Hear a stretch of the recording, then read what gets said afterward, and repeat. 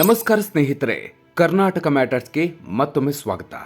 ಸ್ನೇಹಿತರೆ, ಭಾರತೀಯ ಕ್ರಿಕೆಟ್ ಅಂದರೆ ಥಟ್ ಅಂತ ನೆನಪಾಗೋದು ವಿರಾಟ್ ಕೊಹ್ಲಿ ಮತ್ತು ರೋಹಿತ್ ಶರ್ಮಾ. ಇವರಿಬ್ಬರೂ ಟೀಮ್ ಇಂಡಿಯಾದ ಎರಡು ಕಣ್ಣುಗಳಿದ್ದ ಹಾಗೆ. ಗ್ರೌಂಡ್ನಲ್ಲಿ ಇವರು ಇದ್ರೆ ಸಾಕು, ಫ್ಯಾನ್ಸ್ಗೆ ಅದೇ ಹಬ್ಬ. ಆದರೆ ಸ್ನೇಹಿತರೆ, ಈಗ BCCI ಕಡೆಯಿಂದ ಇವರಿಬ್ಬರಿಗೂ ಒಂದು ಬಿಗ್ ಶಾಕ್ ಸಿಕ್ಕಿದೆ.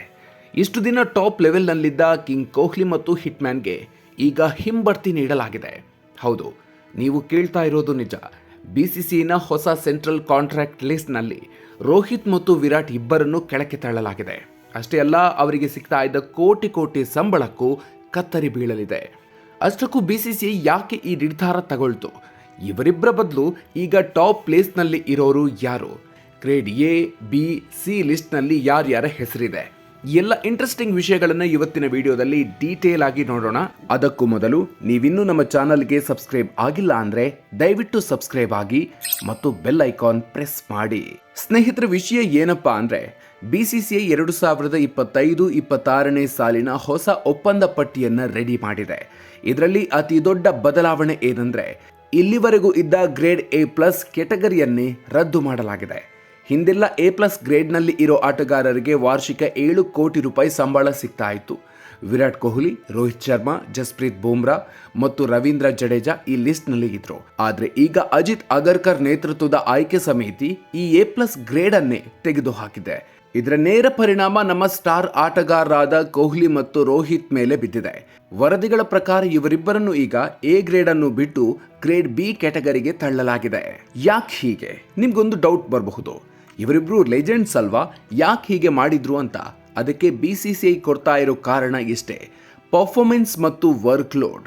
ವಿರಾಟ್ ಕೊಹ್ಲಿ ಮತ್ತು ರೋಹಿತ್ ಈಗ T20 ಮತ್ತು ಟೆಸ್ಟ್ ಕ್ರಿಕೆಟ್ಗೆ ಗುಡ್ ಬೈ ಹೇಳಿದ್ದಾರೆ.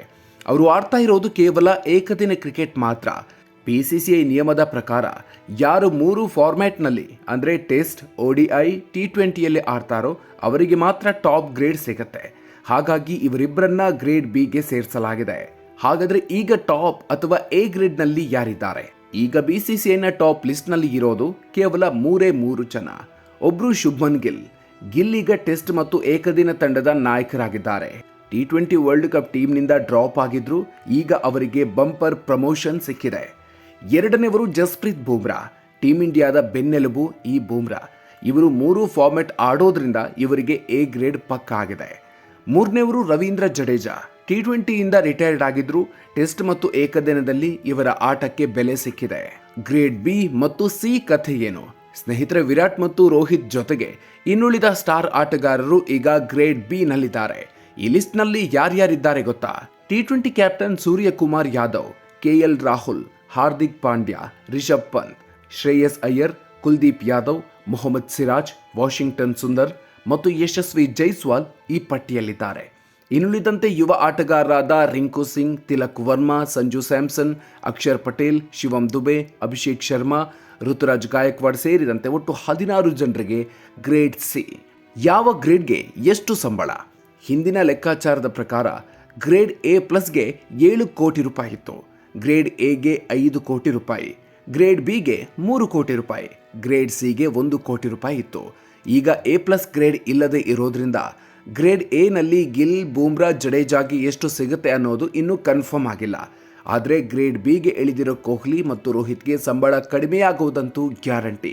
ಒಟ್ನಲ್ಲಿ ಹೇಳೋದಾದ್ರೆ BCCI ಈಗ ಹೆಸರಿಗಿಂತ ಆಟಕ್ಕೆ ಬೆಲೆ ಅನ್ನೋ ಪಾಲಿಸಿ ಫಾಲೋ ಮಾಡ್ತಿದೆ.